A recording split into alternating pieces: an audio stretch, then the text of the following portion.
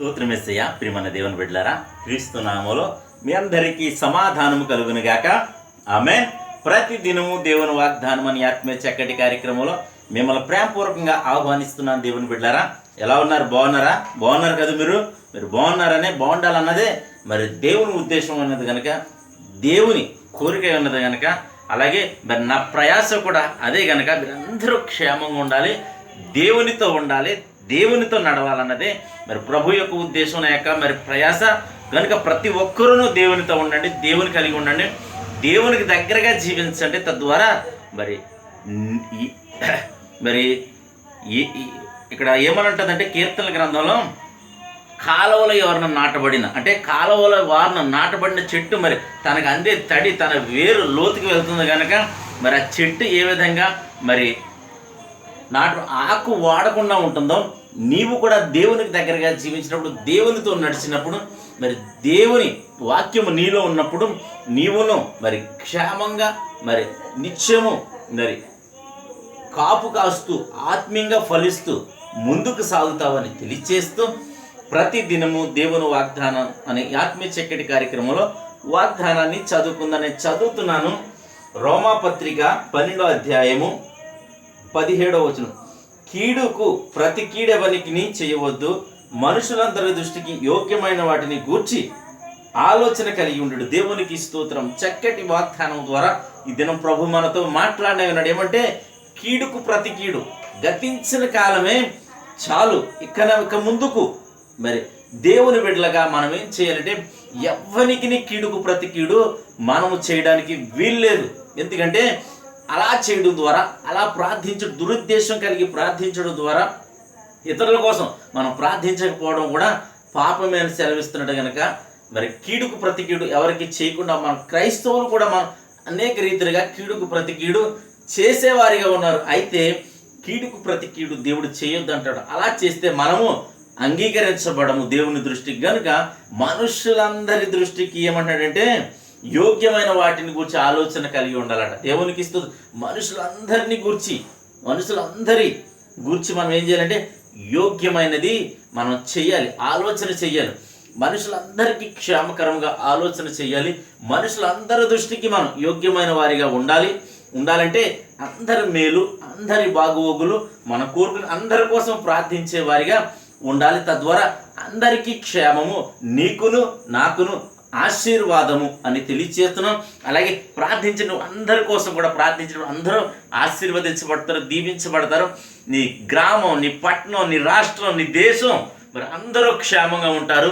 ఎందుకంటే ప్రార్థన వ్యర్థం కాదు, మన పడ్డ ప్రయాస వ్యర్థం కాదు. కనుక మరి ప్రజలందరి కోసం, మనుషులందరి కోసం యోగ్యమైన మీ కోసం, వాటి కోసం ఆలోచించాలి. ఎందుకంటే మార్త అనేకమైన పనులు పెట్టుకుందట, మరియమ్మట మరి ఉత్తమమైన దాన్ని ఎన్నుకున్నదట. ఉత్తమమైనది ఏంటంటే ఇతరుల కోసము మరి యోగ్యమైన దేవుని సన్నిధిని, దేవుని ప్రజల కోసం, తనుండే గ్రామం కోసం, తనుండే రాష్ట్రం కోసం మరి యోగ్యమైనది ఆలోచించింది.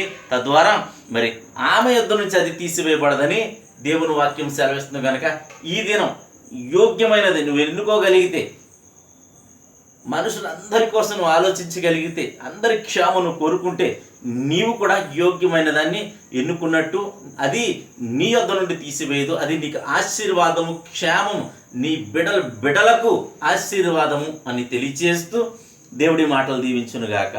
ఆమెను ప్రార్థన చేసుకుందాం. స్తోత్రము తండ్రి, వందనాలు యేసయ్యా. ప్రతి దినము దేవుని వాగ్దానం అని ఆత్మీయ చక్కటి కార్యక్రమంలో మీరు ఇస్తున్న వాగ్దానం, కీడునకు ప్రతి కీడు ఎవరికి చేయొద్దు అంటున్నాం. అలాగే ప్రభువా, మనుషులందరి దృష్టికి యోగ్యమైన దాన్ని ఆలోచన చేయమంటున్నావు ప్రభా. ఎంతమంది యూట్యూబ్ ద్వారా, షేర్ చాట్ ద్వారా, ఫేస్బుక్ ద్వారా నా తండ్రి రోడ్డు మార్గం వెళ్తుండగా చదువుతున్న వారు అందరి జీవితాల్లో నా ప్రభా ఈ వాగ్దానాన్ని నెరవేర్చమని, ప్రతి ఒక్కరిని దీవించమని ప్రార్థిస్తున్నాం. ఎందుకంటే ప్రభా, అవును తండ్రి, కీడునకు ప్రతి కీడు, ఒకవేళ నాయన ఆత్మీయంగా జీవించినప్పటికీ, మారు మనసు పొందినప్పటికీ, నాయన బాప్తిసం పొందినప్పటికీ, నీ మార్గంలో నడుస్తున్నప్పటికీ కూడా కీడునకు ప్రతి కీళ్ళు జరుగుతున్నాయి. కనుక నీ ప్రజల నిమిత్తం ఈ వాగ్దానాన్ని రాయించావు. నీ ప్రజలైన మేము, మాలో ఇటువంటి ఆలోచనలు ఉంటే తీసివేయమని ప్రార్థిస్తున్నాను. తీసివేయమని నాయన ప్రార్థిస్తున్నాం.